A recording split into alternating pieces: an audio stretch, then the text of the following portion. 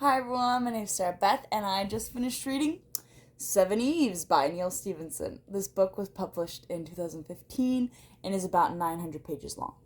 So, rather large book, and I enjoyed it. I thought it was great. The general premise of this novel, it's very much hard sci-fi. Basically, the moon, there's some kind of event, and the moon splits into seven different pieces. And at first, the scientists are basically making a joke out of it because it's not really affecting anything because the mass orbiting the Earth is still keeping up with tidal points. It's just they have seven segments instead of a full moon rotating around each other. But then one of the pieces of seven collides into one another, and they realize, oh, we should have been predicting what's going to happen in the future because it broke apart. And now there's more pieces to collide against each other and to keep breaking apart constantly, which causes a lot of meteorites to strike the Earth and cause casualties and damage.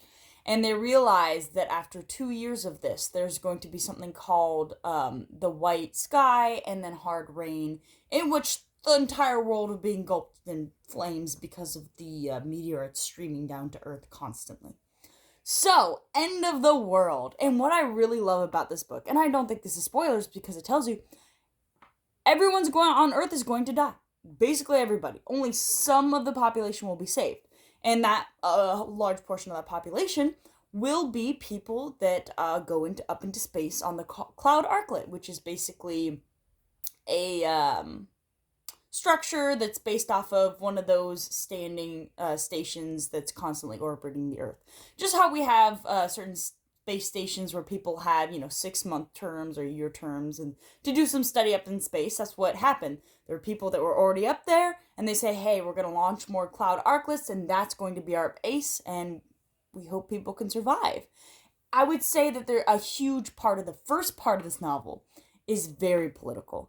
Because even before all the humans are destroyed, they're saying, I don't think they're thinking of this long term. They're just trying to placate people on Earth and expecting us to die, but in a slower fashion. Just trying to make people feel good on the Earth before they die that say, hey, we can preserve people up in space, but we're not really going to put that much effort into thinking long term.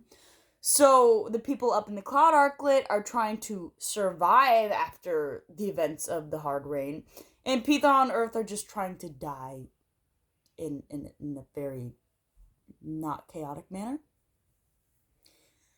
Just the death of the world. It's something to think about. And I love how it commits to that. I love how there's no turning back like, oh, the people in space are gonna save us all. We're gonna stop hard rain from happening. No, hard rain happens and it was going to happen.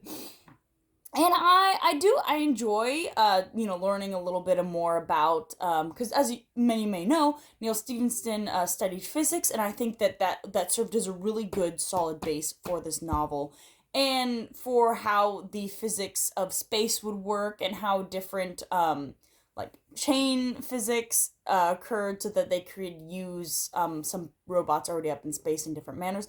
I enjoyed those aspects. I think that the scientific aspects of the book were rather strong.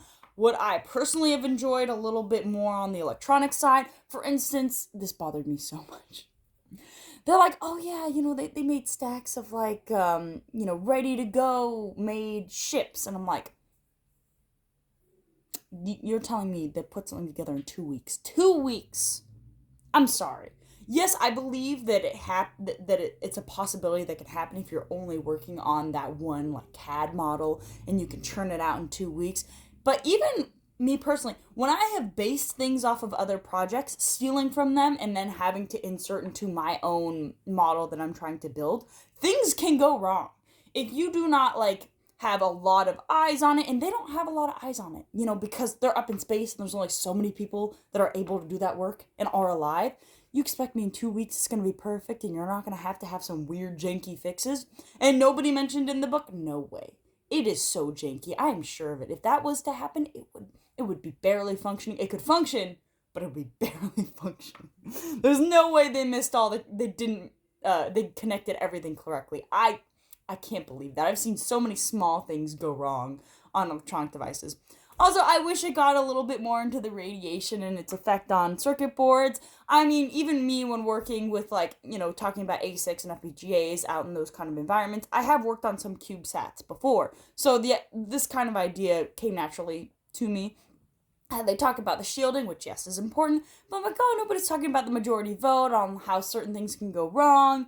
Just, I would have liked more of that, but I understand. This is more of, space physics astronomy book, and I can respect that. Okay, I can live with that. I personally wanted more of what I liked. I do think that this book should have been 2 different novels. I think the first 600 pages, it takes place during the period I just described. That's the premise, and it's so intriguing. I love the characters. And then the second 300 pages, which feels a little squish, I'm not gonna lie. And it takes place 5,000 years in the future. But I love the world that he creates, and I just wish we had more time to live in this world, because it's so different from our own. The first part is very much rooted in our reality. It almost reads like a Andy Weir novel, the man that wrote The Martian and Project Hail Mary. I feel that it's along those lines. And then the second part is so much like Snow Crash, which, as you know, is this completely creative future based off of the first half. Like, I do believe that they are in fact connected. I just wish that it was a separate book. I think, honestly, and I think this is why, if you look online, people are like, why isn't there a sequel to this? Because it kind of bodes well for a sequel, and especially I would love to just learn more about this world. It feels a little crammed at the end of the novel. Still enjoyable. I still enjoyed the ending.